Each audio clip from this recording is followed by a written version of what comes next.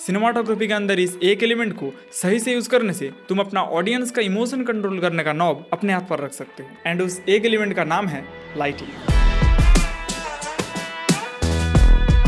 Light, जिसकी मदद से तुम देखते हो। सिनेमा में भी ये दिखाने का काम ही करता है, लेकिन ऑब्जेक्ट्स को नहीं, इमोशंस को। ये सिनेमाटोग्राफी सीरीज का सेकंड वीडियो है और हमेशा याद रखना, मैं इस सीरीज के अंदर जितने भी एलिमेंट्स के बारे में बात करने वाला हूँ सबका एक ही मकसद है, इमोशन को अच्छे से कन्वे करना स्टोरी के हिसाब से। लाइट्स को लेकर खेलने से पहले अलग अलग तरह के लाइट्स को समझेंगे और थोड़ा ज्यादा जानने में कोई बुराई नहीं है, इसीलिए यूट्यूब वीडियोस में जितना चाहिए उससे थोड़ा ज्यादा ही देखें। देखो, एक लाइट को तुम कहाँ कैसे रखते हो उसके ऊपर ही उसका काम और नाम दोनों ही डिपेंड करेगा। लाइटिंग के 3 मेन फैक्टर्स हैं, इंटेंसिटी, एंगल एंड कलर, और उनमें जाने से पहले डिफरेंट टाइप्स ऑफ लाइट को समझ लेते हैं। की लाइट, जो मेन लाइट सोर्स है तुम्हारा सीन या सब्जेक्ट को इल्यूमिनेट करने के लिए। इसको यूजुअली सामने की तरफ या थोड़ा सा साइड की तरफ प्लेस किया जाता है मूड के अकॉर्डिंग। साइड में प्लेस किया हुआ की लाइट से जो शैडो या कॉन्ट्रास्ट क्रिएट होता है उसे इवन करने के लिए एक कम इंटेंस लाइट को की लाइट के ऑपोजिट में प्लेस किया जाता है, जिसे फिल लाइट कहते हैं, क्योंकि ये शैडो को फिल करता है। और शैडो को फिल करने के लिए हमेशा लाइट यूज नहीं होता, ये काम एक व्हाइट बोर्ड या रिफ्लेक्टर को यूज करके लाइट बाउंस करके भी किया जा सकता है। और इस टेक्निक का इन्वेंशन सत्यजित राय ने किया था, जिसके बारे में एक डिटेल वीडियो मैं पहले ही बना चुका हूँ, जो हर एक इंडियन को देखना चाहिए। तुम्हारे पीछे यानी सब्जेक्ट के पीछे जिस लाइट को प्लेस किया जाता है उसे बैकलाइट कहते हैं, लेकिन हाँ, लाइट का डायरेक्शन कैमरा की तरफ होना चाहिए। ये लड़कियों का बाप के जैसा है, सेपरेट करने का काम बहुत अच्छी तरीके से करता है। बैकग्राउंड से सब्जेक्ट को डेप्थ के साथ साथ एक 3D सेंस क्रिएट करता है। सब्जेक्ट के चारों तरफ हाईलाइट करके एक आउटलाइन क्रिएट करता है, इसीलिए इसे रिम लाइट भी कहा जाता है। सीन के अंदर एक्चुअल प्रेजेंट वर्किंग लाइट जो तुम देख सकते हो उसे प्रैक्टिकल लाइट कहते हैं, जैसे कोई भी डिस्प्ले हो सकता है या कैंडल, लैंप एटसेट्रा।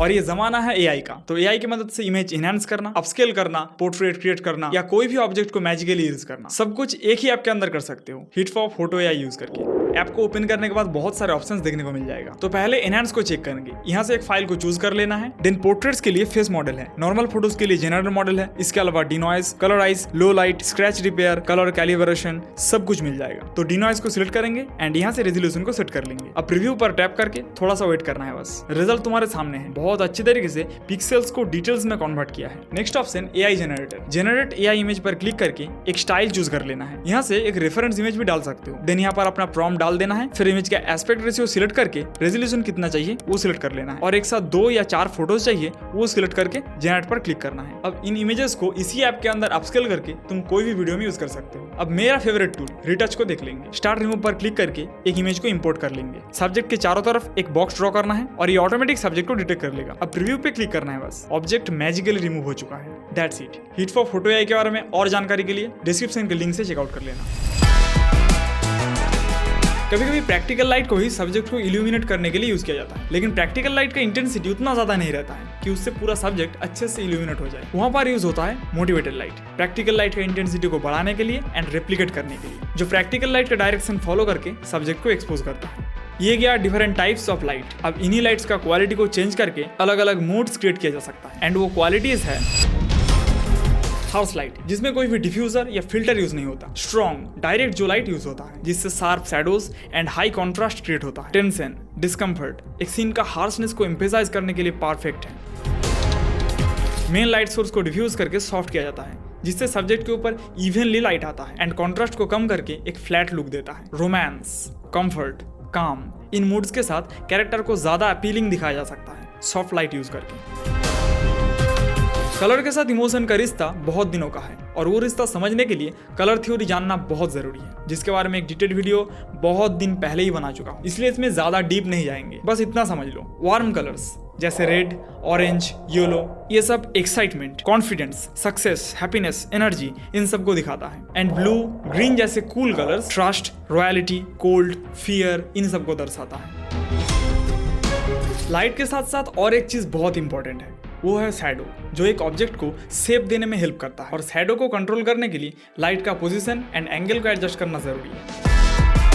लाइट को सब्जेक्ट के एक साइड में प्लेस करना, जिससे कैरेक्टर के अंदर ड्यूअलिटी एंड कॉन्फ्लिक्ट को दिखाया जा सकता है। ये टेक्निक बहुत हाई कॉन्ट्रास्ट क्रिएट करता है। फेस के एक साइड में डीप शैडो रहने की वजह से सस्पेंस क्रिएट होता है। लाइट डायरेक्टली सब्जेक्ट के ऊपर से आता है, जो dramatic and intense atmosphere create करता है। कैरेक्टर को एक इविल लुक देता है उनका फेशियल फीचर्स को यूनिकली प्रेजेंट करता है एंड इससे डीप शैडोज क्रिएट होता है फेस में, स्पेशली आईज के अंदर, जिससे ऑडियंस कैरेक्टर के आईज देख नहीं सकते एंड डिस्कनेक्टेड फील करते हैं, इसीलिए एक मिस्ट्री क्रिएट होता है। लाइट सब्जेक्ट के बिल्कुल नीचे से आता है, जिससे कैरेक्टर का फेशियल फीचर्स अननेचुरल दिखता है और देखने में थोड़ा सा वियर्ड फील होता है, इसीलिए ये लाइटिंग टेक्निक हॉरर फिल्म्स में ज्यादा यूज होता है। Different types of light and उनका क्वालिटीज को समझ लिया, अब इन्हीं टेक्निक्स को यूज करके कुछ फ्रेम्स बिल्ड करने की कोशिश करेंगे जो मीनिंगफुल एंड देखने में अपीलिंग। सबसे पहले 2 ट्यूबलाइट फिक्स करेंगे दोनों साइड पे रिम लाइट क्रिएट करने के लिए। देन राइट साइड में सॉफ्ट फॉक्स को प्लेस कर दिया है डिफ्यूजर अटैच करके, जिससे लाइट बहुत सॉफ्ट हो जाएगा एंड इसका हाइट थोड़ा ज्यादा ही रखा है। अब सारे लाइट्स को ऑन करने के बाद एक एस्थेटिक लुक क्रिएट हो जाएगा और इस टाइप का सेटअप में कलर लाइट ना यूज करना ही बेहतर होगा।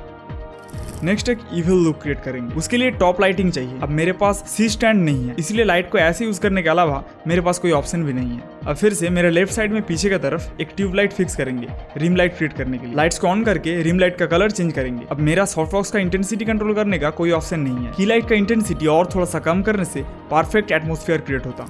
अब बैक लाइट यूज करेंगे। पहले तो इस ट्यूब लाइट को प्लेस करेंगे, उसके बाद इस डिफ्यूजर को किसी तरह से बैलेंस करके खड़ा करना है। सी स्टैंड की कमी। अब क्या, लाइट्स ऑन करके कोई भी कलर चूज कर लो और परफेक्ट सिलुएट क्रिएट हो जाएगा। थोड़ा सा एडिटिंग की मदद से एजेस को फिक्स कर लेना है बस। इसके अलावा एक थीम लाइटिंग क्रिएट कर सकते हो, rim light, back light, practical light का कलर एक रखिए। और चिंता मत करो, इस वीडियो में यूज करने वाला सारे लाइट्स का लिंक तुम्हें डिस्क्रिप्शन में मिल जाएगा। डार्क चीजें लोगों को ज्यादा पसंद आता है, इसीलिए शूट करने के वक्त सब्जेक्ट के डार्क साइड में कैमरा को प्लेस करके शूट करने से वो देखने में ज्यादा अपीलिंग लगेगा। और उसके साथ हल्का सा रिम लाइट बस। लाइट्स को कंट्रोल करने का एक और इम्पोर्टेंट एस्पेक्ट है, वो है कटिंग। लाइट को सही दिशा में रखने के लिए हनीकॉम्ब जैसी चीजें हैं या फिर जुगाड़ तप्पी से भी लाइट को रोक सकते हो, जिससे कॉन्ट्रास्ट अच्छा बिल्ड होता है। दरअसल नेचुरल लुक क्रिएट करने के लिए तुम्हें अननेचुरल चीजें ही करना पड़ेगा। इन बेसिक चीजों को समझ के और फ्रेम बिल्डिंग प्रैक्टिस करते करते जब एक बार लाइट के ऊपर मास्टरी कर लोगे तो जो इमोशन चाहो वो क्रिएट कर पाओगे। और बात अगर सिनेमाटोग्राफी का है तो लेजेंड का टीचिंग से भी एक बार सीख लो। जल्दी मिलूंगा अगले वीडियो पर, तब तक के लिए बाय।